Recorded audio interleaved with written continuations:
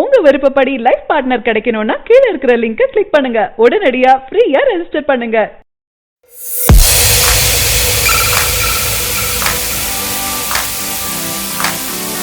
தோனியின் சாதனையுடன் சென்னை அணி த்ரில் வெற்றி. ஜெய்ப்பூர்ல நேற்று நடைபெற்ற போட்டியில டாஸ் வென்று சென்னை அணி பந்து வீச்சை தேர்வு செஞ்சாங்க. இதன் அடுத்து முதல் விளையாடிய ராஜஸ்தான் 20 ஓவர்கள் முடிவில் 7 விக்கெட் இழப்புக்கு 151 ரன்கள் எடுத்தது.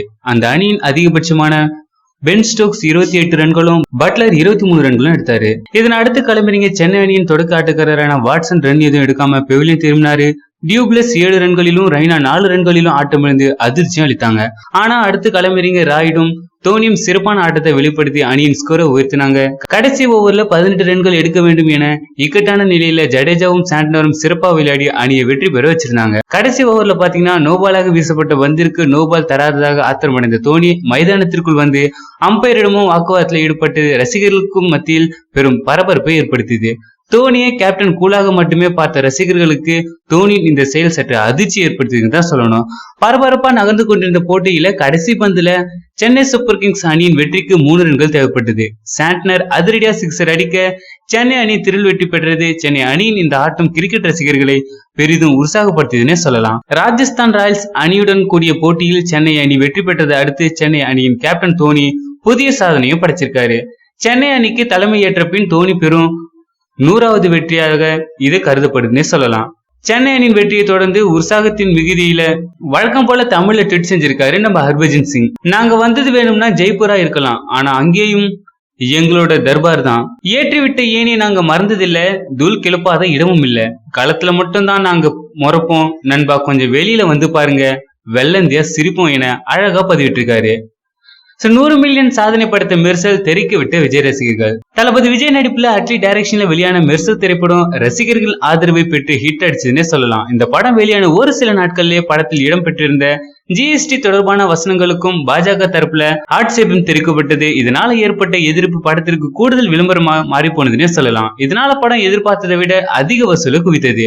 இதன்படி இந்த படத்தோட வசூல் ரூபாய் 200 கோடியை தாண்டியுள்ளதாகவும் கூறப்பட்டது. வசூல்ல சாதனை படுத்தது மட்டுமின்றி தென்கொரியாவிலும் உள்ள புச்சான் நகர்ல சர்வதேச திரைப்பட விழாவிலும் இந்த படம் ஆசியாவின் சிறந்த படங்களில் ஒன்றாக தேர்வு செஞ்சு திரையிடப்பட்டாங்க.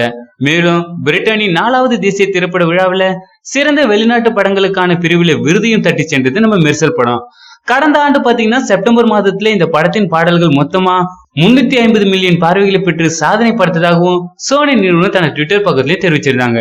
இந்நிலையில பாத்தீங்கன்னா ஆலப்புறம் தமிழ் பாடல் மட்டும் 100 மில்லியன் பார்வைகளை பெற்றிருப்பதாக அதிகாரப்பூர்வமாக அறிவிச்சிருக்காங்க. இதனை 100M ஃபார் ஆலப்புறம் தமிழன் என்ற ஹேஷ்டேக் உருவாக்கி சமூக வலைத்தளங்களை ட்ரெண்ட் ஆக்கிட்டும் வராங்க. தற்போது வரை இந்த ஹேஷ்டேக் இந்திய அளவுல 3வது இடத்தையும் பிடிச்சிருக்கு. தற்போது இதை பற்றி சோனி நிறுவனம் போட்ட ட்வீட்டை பார்க்கலாம். ஆலப்புறம் தமிழன் உலகம் இல்லாமே, வெற்றி மக வழிதான் இனிமே எல்லாமே, celebrating a mind-blowing feat 100M for ஆலப்புறம் தமிழன், the love never ceases என பதிவிட்டிருக்காங்க. யூடியூப்ல அதிக பார்வைகளை பெற்றுள்ள பாடல் லிஸ்ட் இதோ. ஆலப்புறம் தமிழன் எங்க போச்சுன்னு பார்க்கலாம். இப்போது சினிமா படங்களை விரைவில் மக்களிடத்துல கொண்டு போய் சேர்க்க ட்விட்டர், யூடியூப் போன்ற டிஜிட்டல் தளங்கள் தான் முக்கிய பங்கு வகிக்கிறாங்கன்னு சொல்லலாம். அந்த வகையில பாத்தீங்கன்னா யூடியூபில் வெளியாகும் டீசர், ட்ரைலர், பாடல்கள் என மில்லியன் கணக்கிலான பார்வைகளை வெகு சீக்கிரமாக பெற்றுவிடுது. அந்த வகையில மாரி 2 படத்துல உள்ள ரவுடி பேபி பாடல், கனா படத்தின் வாயாடி பாடல், மெர்சல் படத்துல ஆலப்புறம் தமிழன் பாடல், குலே பகவாலி படத்துல குலேபா பாடல் மில்லியன் கணக்கான பார்வைகளே அள்ளிச்சுன்னே சொல்லலாம். இதுல எந்த பாடல் முதலிடத்துல இருக்கு, மற்றவை எவ்வளவு பார்வைகளை பெற்றிருக்கு என பார்க்கலாம். தனுஷ் நடிப்புல வெளியான மாரி 2 படத்துல உள்ள ரவுடி பேபி பாடல் 381 மில்லியன் பார்வைகளை பெற்றிருக்கு. அதற்கப்புறம் 2வது இடத்துல வைதிஸ் கொலவரி 178 மில்லியன்களை பெற்றிருக்கு.